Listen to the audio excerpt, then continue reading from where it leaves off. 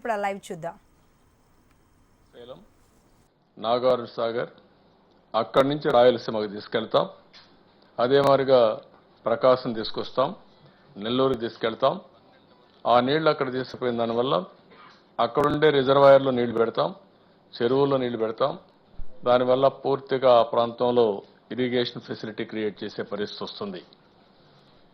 అదే మరి ఇంకొక పక్కన చూస్తే రైట్ మెయిన్ కెనాలే కాకుండా లెఫ్ట్ మెయిన్ కెనాల్ పైన కూడా శ్రద్ధ పెడుతున్నాం. దీంట్లో 8 ప్యాకేజీలు ఉన్నాయి. ఇది కూడా 192 లక్షల క్యూబిక్ మీటర్లు పని జరగాలి, మట్టి పని జరగాలి. 16,66,000 క్యూబిక్ మీటర్లు కాంక్రీట్ పని కావాలి. ఇది పూర్తి చేయడం కోసం స్పష్టమైన ఆదేశాలు ఇచ్చి అవి కూడా పూర్తి చేస్తున్నాం. ఇప్పుడు ఏదైతే 300 క్యూసిక్స్ ఆఫ్ వాటర్ విశాఖపట్నానికి తీసుకుపోవడానికి పుష్కర లిఫ్ట్ ఇరిగేషన్ ఉంది. అది సరిగా కూడా ఉపయోగించుకోవడం లేదు. అందులో 300 క్యూసిక్ నీళ్లు లిఫ్ట్ చేసి విశాఖపట్నానికి తీసుకుపోతూనే ఏదైతే ఏలేరు ప్రాజెక్టులకి పూర్తిగా నీళ్లు పెడతాం. ఆ నీళ్లు కానీ పెడితే 24 టీఎంసీ ఏలేరు ప్రాజెక్టులో పెట్టుకోగలిగితే ఈస్ట్ గోదావరి జిల్లాలో సాగునీరు, విశాఖపట్నానికి తాగునీరు ఇచ్చేదానికి అవకాశం ఉంటుంది. దీనికి కూడా ప్రాధాన్యత ఇస్తున్నాం. అంటే ఇది కానీ జరిగితే కొంతవరకు ఉపయోగపడుతుంది.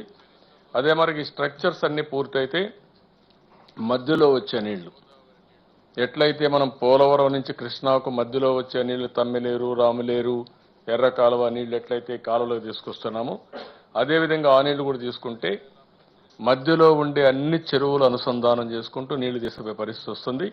సముద్రంలోకి పోయే నీళ్లు ఈ యొక్క కాలువలో పెట్టి అక్కడి నుంచి అన్ని చెరువులకు నింపుకుంటూ పోతే చెరువులు పూర్తిగా నీళ్లు ఉంటాయి. కరువుని ఎదుర్కొనే శక్తి వస్తుంది, భూగర్భ జలాలు పెరుగుతాయి. ఆ పని కూడా పూర్తి చేస్తున్నాం.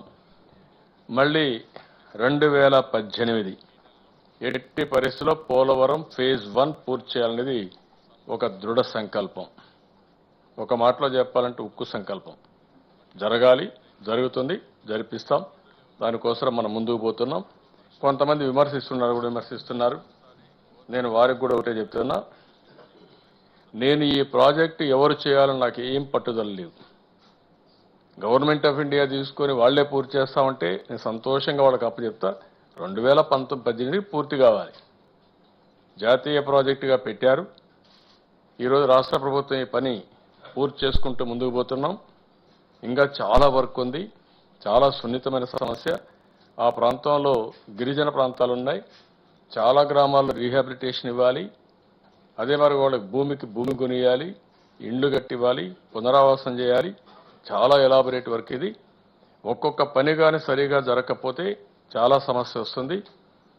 ఓసారి వైఎస్ఆర్ కాంగ్రెస్ను చూస్తే ఎంత దుర్మార్గమైన పని చేస్తుంది, నీచమైన పని చేస్తున్నారంటే అక్కడ కూడా వాళ్ళకి పునరావాసం కల్పించినా వాళ్ళని రెచ్చగొట్టి మీరు ఇక్కడి నుంచి వెకేట్ చేయొద్దండి, మేమున్నాం, మీకు అన్ని విధాలు అనుకుంటాం, లేకుంటే మేము ఇక్కడ ఏమైనా జరిగితే అది చేస్తాం ఇది చేస్తాం అని మాట్లాడే పరిస్థితికి వచ్చారంటే చాలా నీచంగా కూడా ప్రవర్తిస్తున్నారు. అలాంటివన్నీ కూడా ఎదుర్కొని ఈ ప్రభుత్వం ఎక్కడ కూడా ఏమాత్రం రాజీ పడం, ఎట్టి పరిస్థితులు దీన్ని పూర్తి చేస్తాం. ఇది కాకుండా ఈరోజు రాష్ట్రంలో ముఖ్యమైన ప్రాజెక్టులు మీరు ఒకసారి చూస్తే హంద్రీనేవా సుజల స్రవంతి మొత్తం 23 నుంచి 35 ప్యాకేజీ వరకు ప్రధాన కాలువలన్నీ మిగిలిన పనులన్నీ పూర్తి చేసేదానికోసం 15/5/2016 టార్గెట్ పెట్టాం. ముచ్చమర్రి ఎత్తిపోతల పథకం ప్యాకేజ్ నెంబర్ 1 సివిల్ వర్క్స్ అని 31/5/2016 పెట్టాం. ముచ్చమర్రి ఎత్తిపోతల పథకం package number 2 mechanical pump house 15/6/2016 పెట్టాం. సాగు